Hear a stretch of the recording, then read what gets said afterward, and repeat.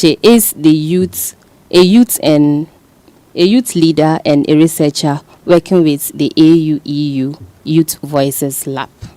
Madam Teresa, you are welcome to Equal Voices. Thank you so much, Kezia. Thank you for having me today. Thank you so much for being here. Before we start, please reintroduce yourself to my listeners. Okay, so as you rightfully said, my name is Teresa Atula-Awene. I'm a youth advocate and then a youth accountability champion with the AUEU Youth Voices Lab, Power of the Collective under Restless Development. So yeah, and I'm from Boga, I'm from Bongo, and I'm a Ghanaian. Interesting. So let's just get started. So we would start from the basic. Yeah. When we say meaningful youth participation, what does that actually mean in simple terms? So I'm not going to say what meaningful youth participation is to me. Okay. I'm going to say what it is to every young person, because under the AU EU Youth Voices Lab, we had a research last year, and then we had young people tell us what meaningful youth participation actually means to them. And Okay. according to the findings of the research, what these young people, or what young people told us, was that meaningful youth participation to them is fully being involved in not just the consultation, but then the power to also make the decisions. They want to be on the table where the decisions are made and not just in the rooms where the conversations are had. So yes, meaningful youth participation according or to young people is the fact that they are not just consulted to tick numbers or to tick boxes, but then they are involved in the whole process from consultation to decision making. Yeah. Yeah, so in simple terms, meaningful youth participation doesn't mean just getting a chair on the table, Sure. but actually being heard and also being able to make your decisions known, right? Right. Okay, interesting. So, since we have already gotten a full understanding about what meaningful youth participation is, let's just delve into your research. So, can you tell my listeners a bit about the research you did? Okay, so the research is under the AUEU Youth Voices Lab, as I said earlier, and then it was on three main areas, I would say. So in late last year, 2025, we had young people all over 14 African countries gather in Uganda to make a decision on what exactly are the main issues of young people across Africa. And then when these young people gathered, the key things that came out of the conversations were meaningful youth participation in governance. We had entrepreneurship and green jobs, and then we had the last one, which was the sexual and reproductive health and rights. So these are the three main focus areas of the research we did last year. So for meaningful youth participation, what we sought to seek is what exactly, as we said earlier, is meaningful youth participation to young people. What would they have their governments in the 14 African countries and basically the African continent do better? And then in entrepreneurship and green jobs, we are talking to young people around what exactly is the government supposed, or their governments, what are they seeking from them to support entrepreneurship skills, and then what are the opportunities they would want to be available for them in the area of green jobs. With sexual and reproductive health and rights, we were looking at access to contraception. And basically that's the three main focus areas of the research we did last year. The research was accepted and then presented to AU and EU officials in Addis Ababa this year's February. And yes, we are currently in the second phase of the whole AU-EU Youth Voices Lab project. So basically the research is about meaningful youth participation in governance, young people in entrepreneurship and green jobs, and then access to contraception, aka SRHR. Interesting. So, from your findings, young people in Ghana and even across Africa truly being influenced in decisions making, and or it's just a formality that they do? Like, simply put, it's just a formality. That's the the whole summary of the research in Meaningful Youth Participation came out. The findings of that particular research showed that young people are being engaged, but the engagement is just tokenistic in behavior. So when we say is tokenistic, we mean they are just there, as I said earlier, to tick the boxes for the pictures and for, as we will say in the usual Gen Z language, just for settings. So young people are there just for the settings and then to take the photos and for these institutions to just say, yeah, young people were represented and that's just it. And another thing we also found out was pertaining to young people in rural communities. I mean, I'm a girl from a rural area, so I so much relate to this, how so much opportunities are centered in the capitals. And then young people in the rural communities are just left to be there. One more thing we found out from the research is the fact that governments across the African continent are beginning to get more intolerant to young people. So we have a bit more of regression in the social media space. So you have young people in South Sudan not being able to speak on social media about certain things. You have young people, even in Uganda, are not able to speak about certain things on the internet. And then, so a whole lot of things came out from that research. And basically the rundown for that particular research is that young people are just being engaged for the sake of it, just for the settings. Formalities and settings. Yeah, just for settings. Interesting. So in many cases, young people are just present, but not really part of the decision making, not part of any process that would actually help them make good decisions for the younger ones, right? Yeah. So they are just there. They are asked, oh, what do you think? Then they say what they think. At the end of the day, when the decisions are made, you have different people on the table altogether, and there's no representative of the young people on that particular table. So, yeah. Interesting.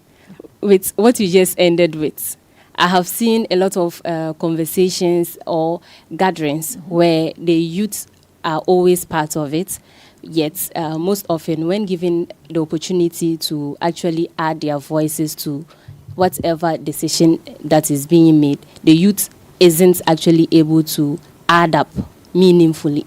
Don't you think this is part of the reasons why younger ones aren't called to the table?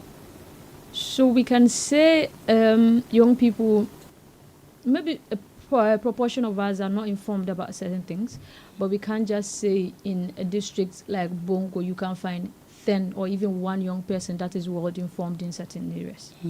So we can now use that as an excuse to say because young people don't know these things. I mean, give me a sector where we wouldn't find a young person to fill in Upper East. Is it agriculture? We have young people. I can literally mention names of young people in agriculture. Is it in governance? Is it in policy? Is it in education? So there's the excuse of young people not being informed, but we cannot use that as a yardstick to not say because they are not informed. It's not every young person that is not informed. I'd even bet to say there are some grown-ups who are even in spaces that are not also equally informed. So it's not a matter of young people not being informed. If we are willing to let these young people be on the decision tables, we are going to be able to get young people to be on that table. In this place with this kind of people, I'm too young to make my voice heard to this caliber of people. Don't you think the younger ones are scared to actually make their decisions known? I don't think young people are scared. If they are scared, it's from how they've seen grown-ups treat young people from past. I'm going to use an example, and in as much as the person in the example is not a young person. Just recently, we also saw how Honorable Edem Agbana was shut down during the Public Accounts Committee sittings. So Honorable Edem is not, I would want to say in like the definition of young people, 15 to 35, would want to say Honorable Agbana doesn't fall within that gap. And even looking at the fact that this person is an MP elected to be in that room, we saw how he was treated. So now imagine a young person from Bongo in an assembly meeting, and you would see how people are going to react to when he's raising critical questions. Let me just say this, right? I've seen in recent times that when young people begin to ask the very critical questions, the questions that matter, that is when you see the thing of, oh, they don't respect. Yeah. Or they are trying to show themselves. So I feel like they are beginning to get, older generations are beginning to get afraid of the questions young people are asking, because young people are asking the why and how questions critically now. They want to know why we are spending money on this when this could be used on this. And I feel like that is intimidating enough for older generations. So young people are not frightened. Young people can take up spaces. I mean, you've taken up spaces, you're a young person. So. Right. Well, you've said a lot, and I think we are already learning more. My younger ones out there are picking one or two things out of this conversation. But then let's look at the biggest barriers that is preventing young people from fully participating in governance. So the biggest thing in governance, so first off, let's talk about the information thing that you raised, or the being aware thing that you raised. Mm-hmm.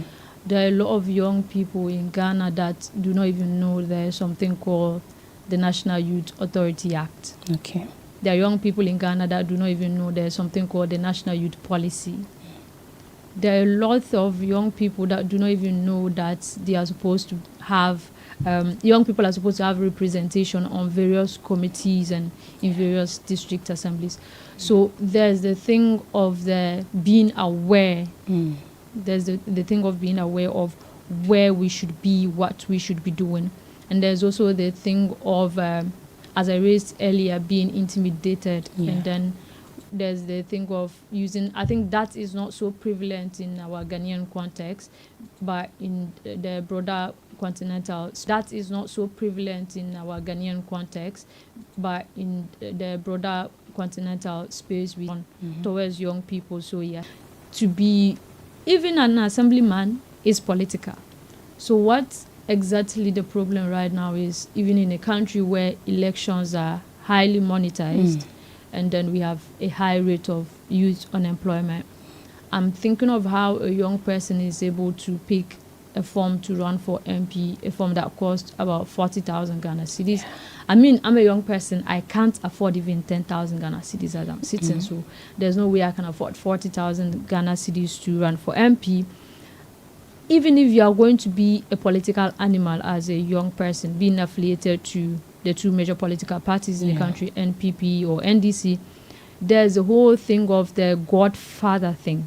So it's not now that they are going to pick you as a young person from anywhere to come and be on that board, or even, so we've seen young people, especially the Ashanti regional minister, people would want to make an example of that and say, yeah, he's a young person, he has been given an opportunity, but it's just 1 in 100.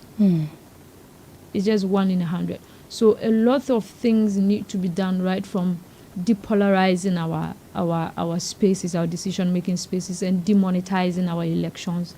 Because basically we would want to say young people can make decisions out of government, but we all know that is not true. That is not true. Young people can do the advocacy on social media all we want, but at the end of the day, politicians are going to do what they want to do. They are going to pass the law that they want to pass. So yeah, there are a lot of things we can do, but there's still a lot to be done. Well, so in a land where culture is part of our daily lifestyle, do you think culture in Ghana also plays a role in limiting young voices? Now we're going to start speaking against the ancestors, but yes, let's do this. Yes, culture in a way has a role to play in this.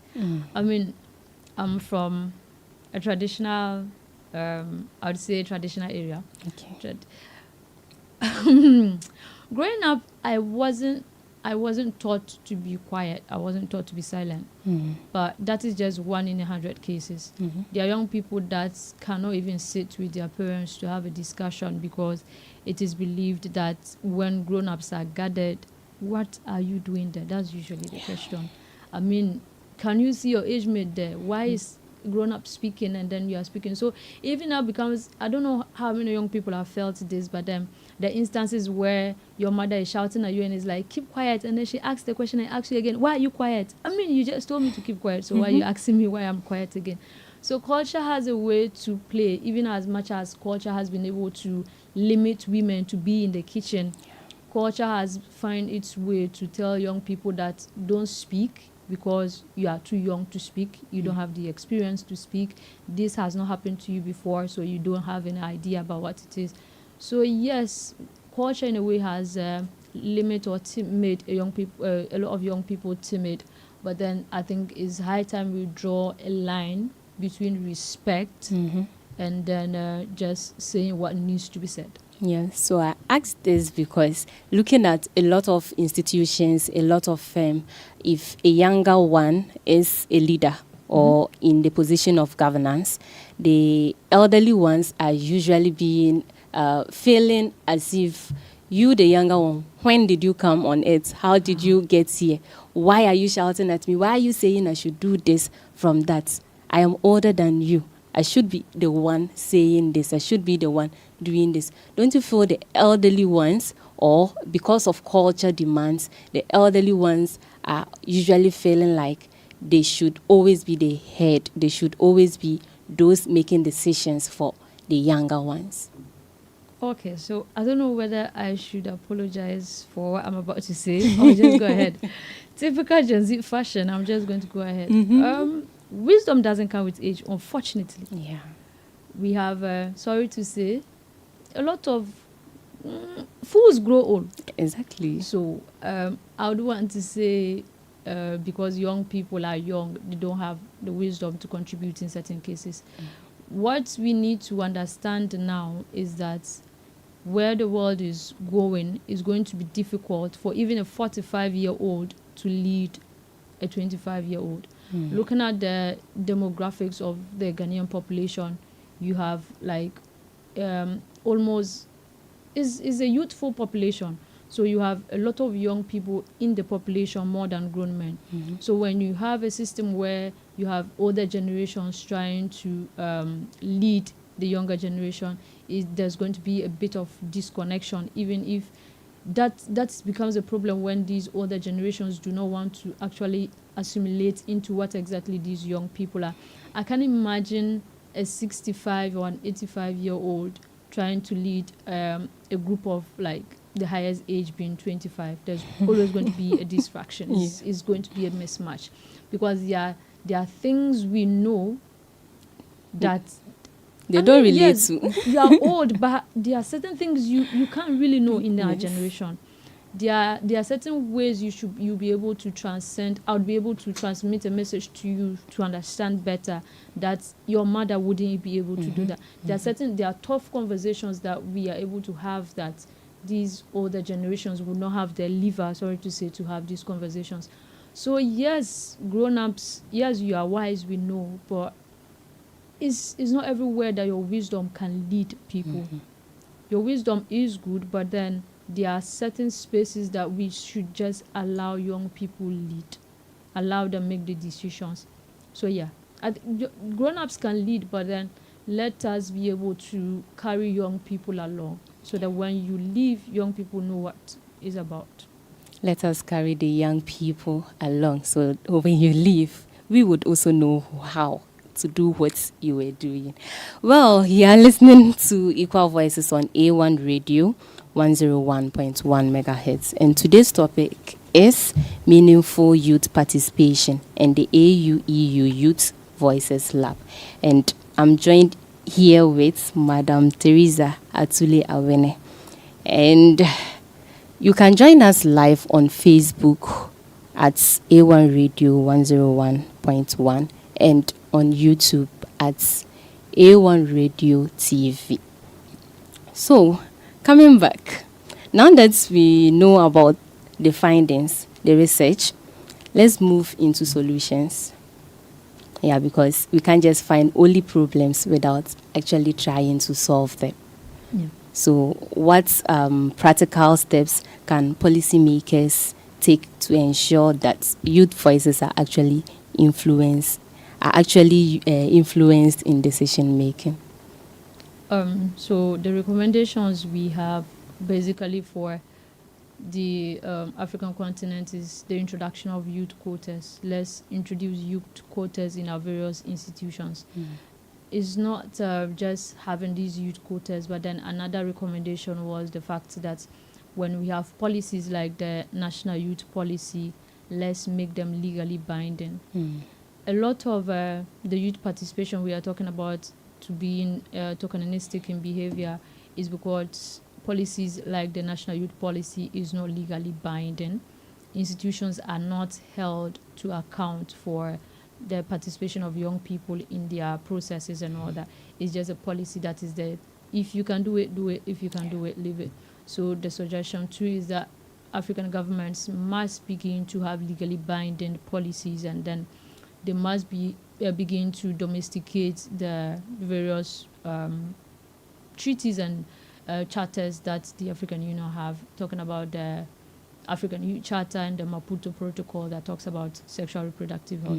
So basically the whole idea around having young people meaningfully participate in governance process is to have legally binding policies, and then also to be able to succumb to technological advancement, to relax certain laws, even as I've spoken about, where in other African countries it's probably just illegal for young people to speak about certain things on social media. So yes, African governments must begin to have legally binding policies around meaningful youth participation. So we've just spoken about policymakers. On the other hand, what should young people themselves be doing differently to become more effective participants? Young people should be doing a lot of things differently. And one of those things is, just as I mentioned, is getting themselves informed.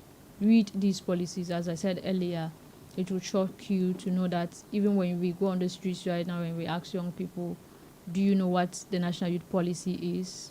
Now, we are going to have a lot of young people go blank. They really don't know what that is. So young people, if we want to be on those tables, we must begin to become aware of the tables that are available for us. So let's start getting informed. Let's read these policies.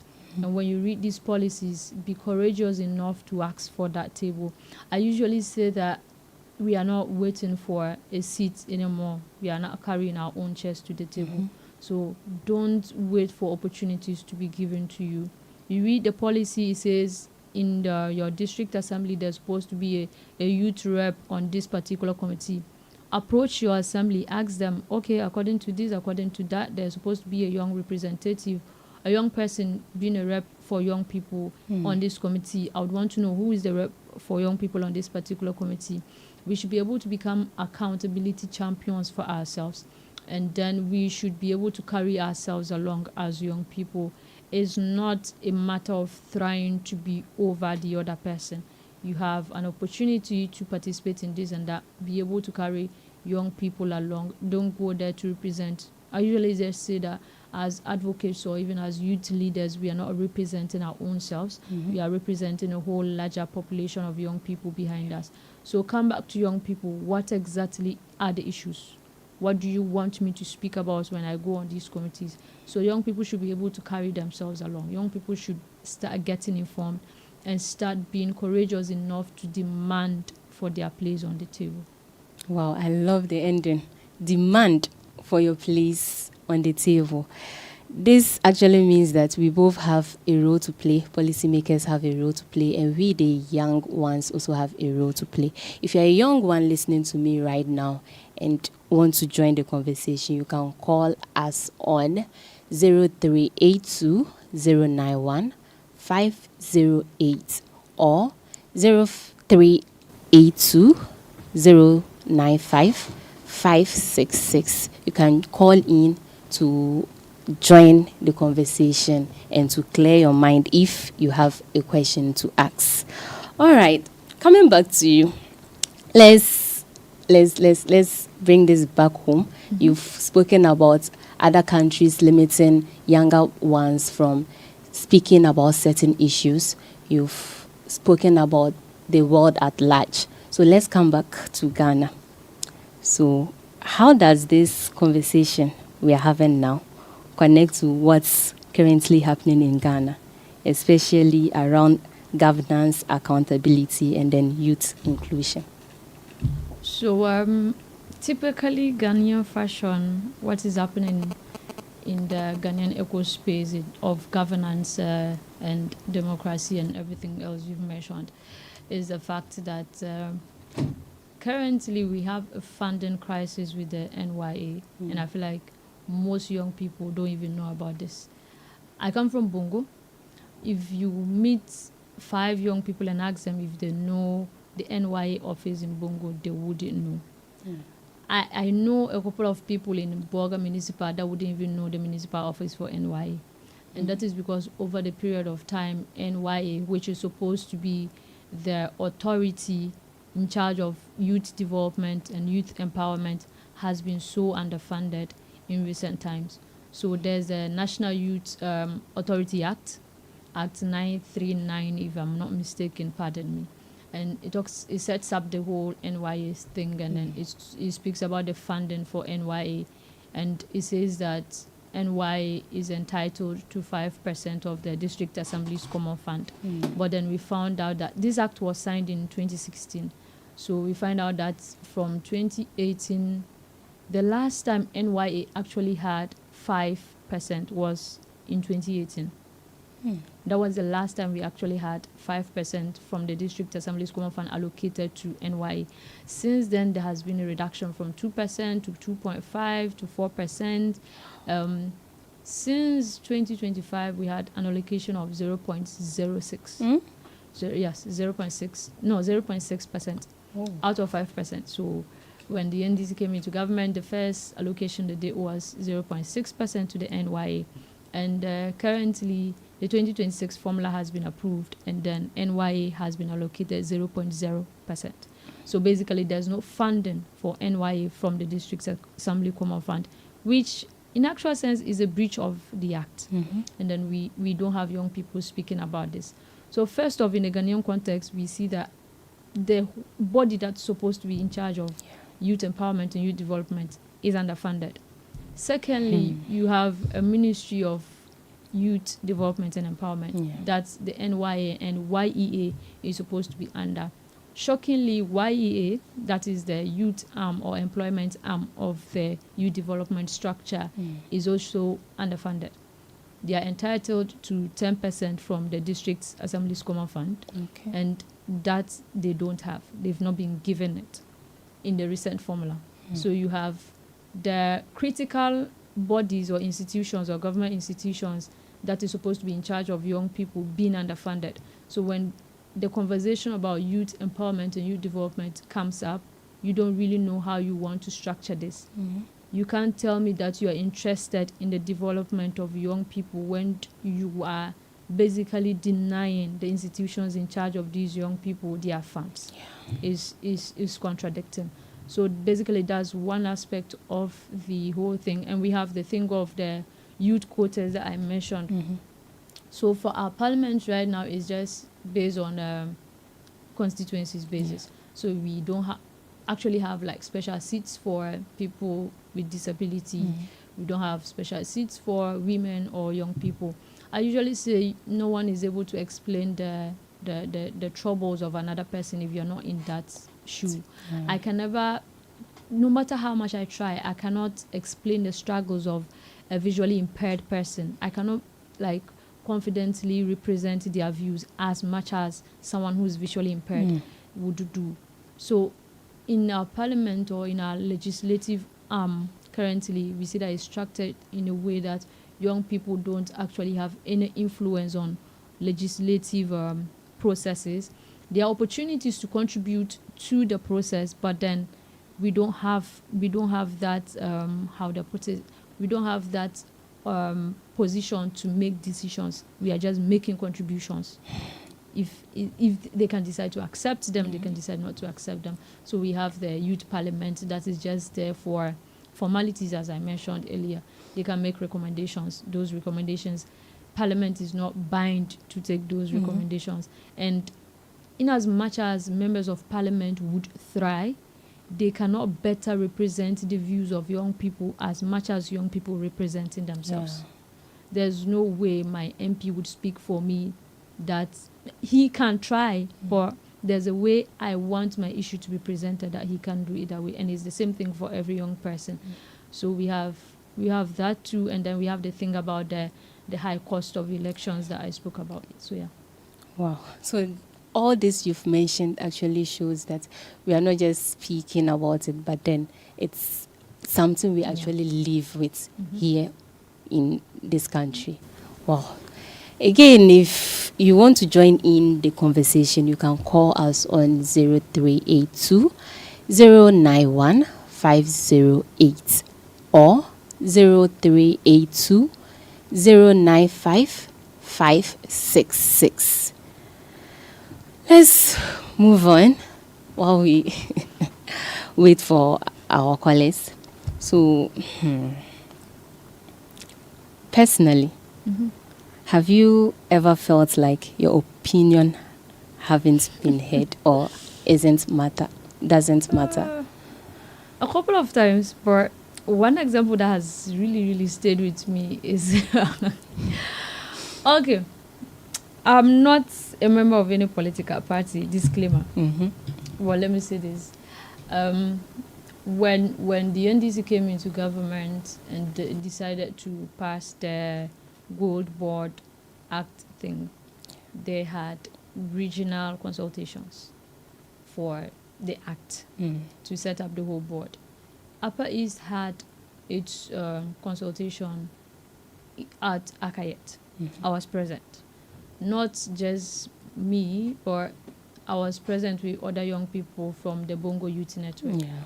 We raised a couple of issues having to do with the government institution scholarships for young people in these mining areas, and then we even asked questions about how the land rehabilitation is going to be done in these mining communities, and how they are considering damage to access to water in these communities. We asked a lot of brilliant questions. And at the end of the day, the act came out, and one thing that I really got disappointed is the fact that young people were not involved in these acts. I really found out that it's just the whole thing about what I said earlier, the consultation thing. They just wanted young people to be present during the consultations, and then even at the end of the day, the people that really, really made the contribution into the act are not young people, were not on that table. And then they can tell me that there are no young people or legal brains in Ghana that are young people.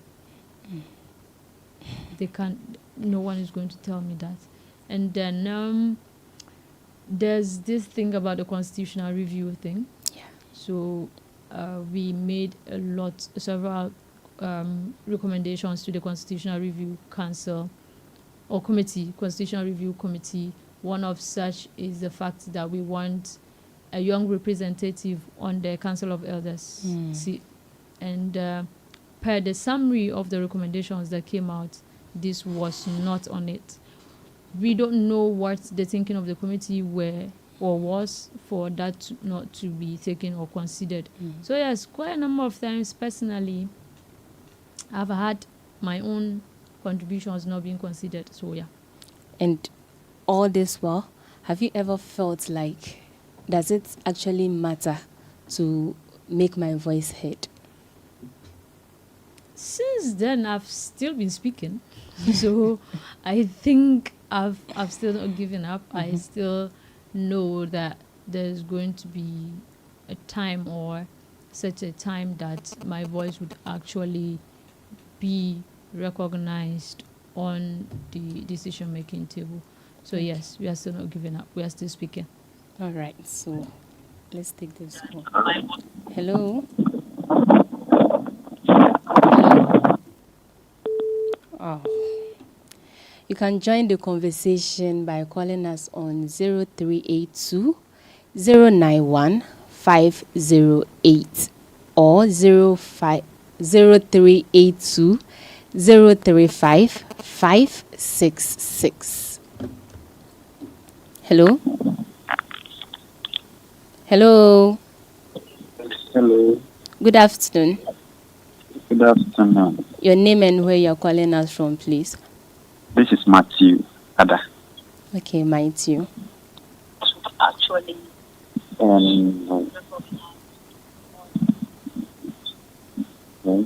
Yes. Go on, please.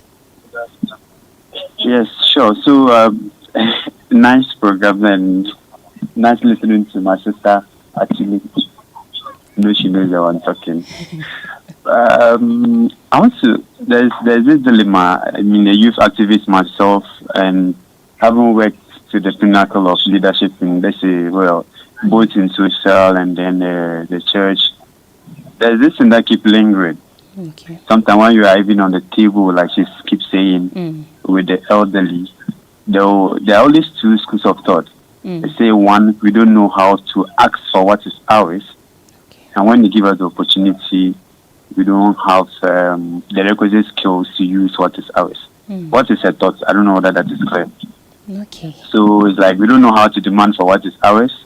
It's either we are using pride, we are using language that is not friendly. And when they give us the opportunity to prove our worthiness, then we disappoint. What is your thought on this? All right. Thank you so much, Matthew. Well, you heard Matthew so well. He's asking about your thoughts on this dilemma. When young people are given the chance to actually voice out, some of them would actually feel like, I'm no more part of you people, I'm not. Do you actually understand his question? I understand this question clearly. So let's start from the question of how we ask for it. I mean, if something is for you, how do you ask for it? Politely. Just, as I said earlier, walk to your assembly. If it's necessary for you to make an appointment with your DC before meeting her or him, make that appointment. Go in there, and that is why I spoke about being informed. There are certain languages in diplomacy when you're dealing with political actors. There are certain words you should use and certain words that sound or mean differently even in our usual language. So get informed, prep yourself. Nothing beats a young person that know her onions or his onions. Just know what you're asking for. I don't want to say read wide, but read wide. Be informed. Approach these actors or these decision makers with information enough that when they try to make it look like you don't know what you are speaking about, you are actually able to prove yourself that I know what I'm talking about in a respectable way.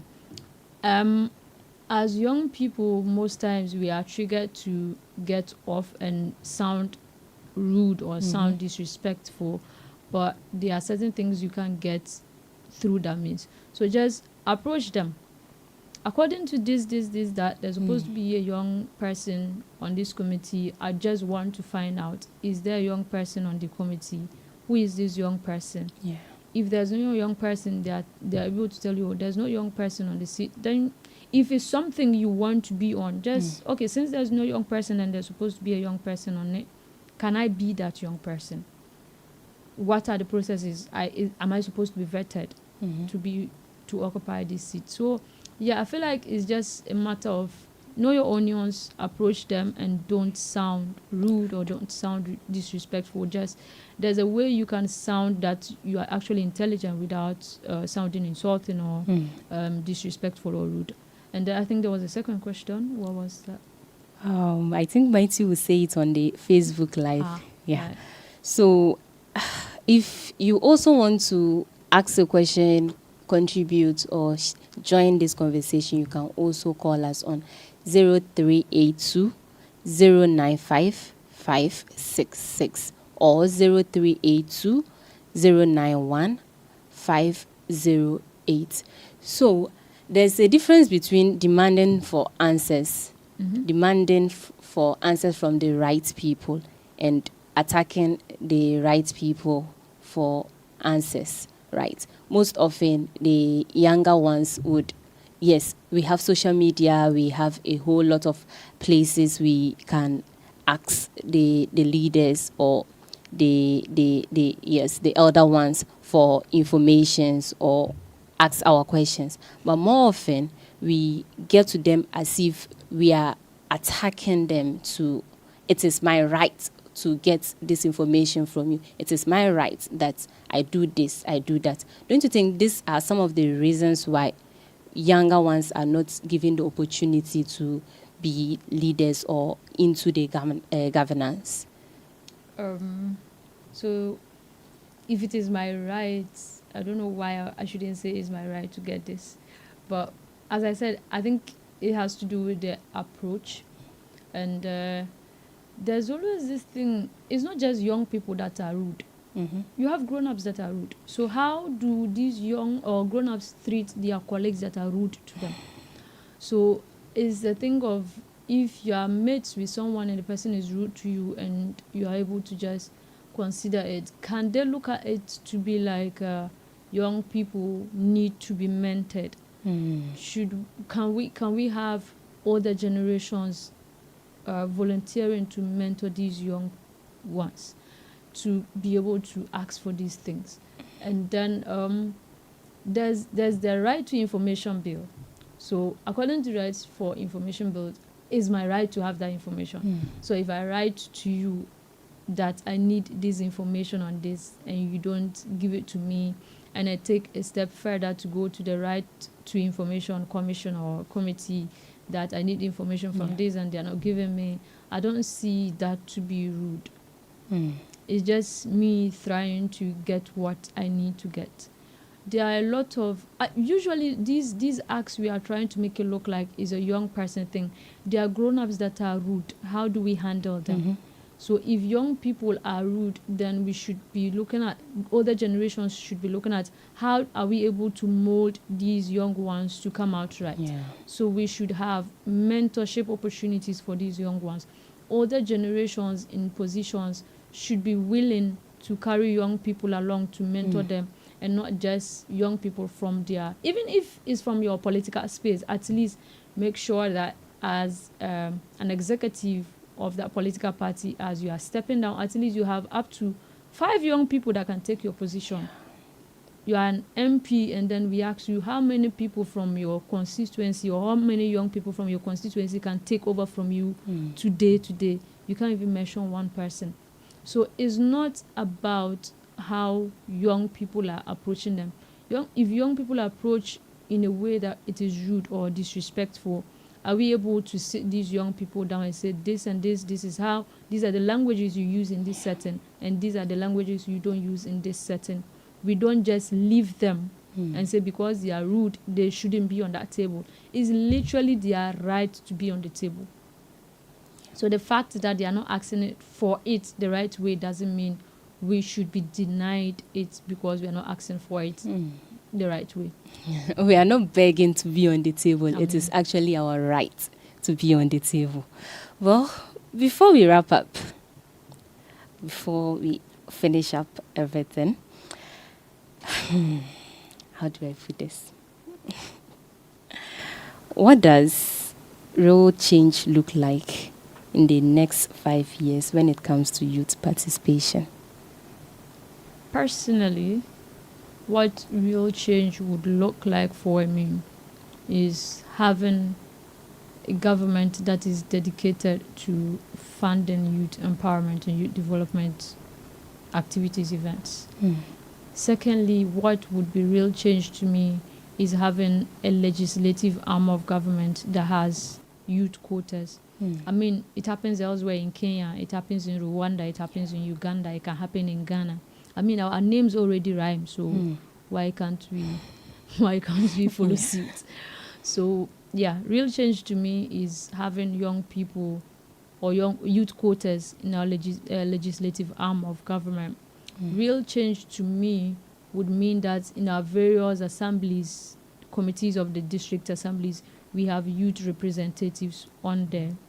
What real change will mean to me in the next 5 years is that we have a national youth policy that is legally binding. I'm mentioning a lot of things, and in the next 5 years, what will be real change to me is having various government institutions have youth desk where a representative of young people person, are yeah. seated, where young people can approach these institutions through their youth rep to say this is what we would want this institution, especially in our health sector, with the access to SRHR issues and all that. Going back to the research, Mm-hmm. what really surprised you the most from the whole research? Let's go to what surprised me the most. Yeah. I'd say on SRHR, Hmm. the findings of the SRHR research, especially under the alternatives for contraception Yeah. side. If young people don't have access to contraceptives, what do they use? Mm. We found out that young people are mixing salt with kerosene. Hmm? Salt and kerosene. Is is a lot of Wow. things. We found out that young people sought to jump in after sex to prevent pregnancy. One of them was actually mixing soft drinks with hard drinks too, for like in the area of abortion. So that's Yeah. like unsafe abortions. And what for meaningful youth participation, a lot didn't really surprise me because is a lived reality that I've seen firsthand. So most of the things really do not surprise me. But then one thing that I would say surprised me in that area would be the regression that I was speaking about. Mhm. How you'd found out that in countries like Zambia, a simple tweet could end you jail time. Yeah. And so when it comes to surprise, basically for me it was in the area of SRHR, but not really. I was surprised with the regression part of the meaningful youth participation research, but then SRHR did it for me with their jumping things. That's so sad. Yeah. This whole wow, but NGOs usually advocates for SRHR activities. Like they'll go to the community to actually Yeah. inform them on things or ways to go through when you find yourself in situations like this. So for access to contraception, what we found out is that young women especially are being discriminated against. So they find it difficult to go to these health centers to access these family plannings and even condoms and all those stuff. So it's just, even from where I come from, forget that these family planning units or sections in the hospital are somehow secluded and not like in the view of the public and all that. But then when you see young people enter, especially women enter into pharmacies to even buy condoms, the whole perception is, why are you buying bad condoms? person.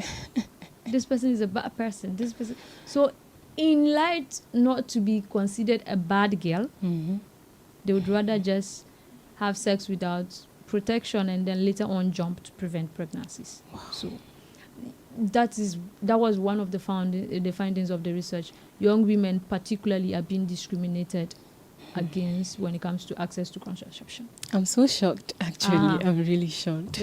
I remember when we last week when we were having a presentation on the findings, in the room we had the ambassador for the African Governance Architecture Secretariat of the AU present. When we mentioned this thing, he was equally shocked. Yeah. We had the CEO for Afrobarometer in that room, was equally shocked. And quite a number of people, even from like and these are like AU level personalities, and they were shocked at what exactly is happening on the grounds. And there's a whole lot of things we need to start working on. Wow, I would love for us to dive deeper, but then our time is not on our side. Your final words. So what my final words are simple. This is my camera, right? So my final words are simply allow young people be young people, give them their seats, let them lead. You can mentor young people, but don't try to stifle their voices. Allow young people speak up. And to young people, as I said, read wide, Know what is actually yours. Don't go around demanding what is not yours. Know what is yours and don't be afraid to speak up. Just speak up, and then when you are being shut down, have it in your mind that there are other young people out there that are going to support your voice. Even if no young person is going to support your voice, if it is a post that you're going to make online and you feel like you're going to have that backlash, tag me. I'll shield you. Thank you so much, Madam Teresa. It's nice having you here. It's been nice having this conversation. I've actually learned a lot and would have to come back again to talk about this whole thing again, because the side about the SRHR, we have to delve deeper into it. Thank you so much for coming today. Thank you so much for having me, Kezia, and it was great delight having this conversation with you. Thank you. Thank you. And this is where we would end it today. And if you are a young one listening to us today, I know it is clear now that youth participation shouldn't just be symbolic. It should be powerful and impactful.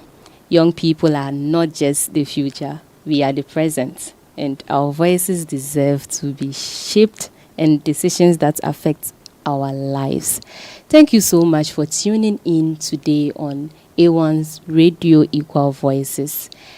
It has been a wonderful time with you. Join in again next week and you wouldn't be disappointed.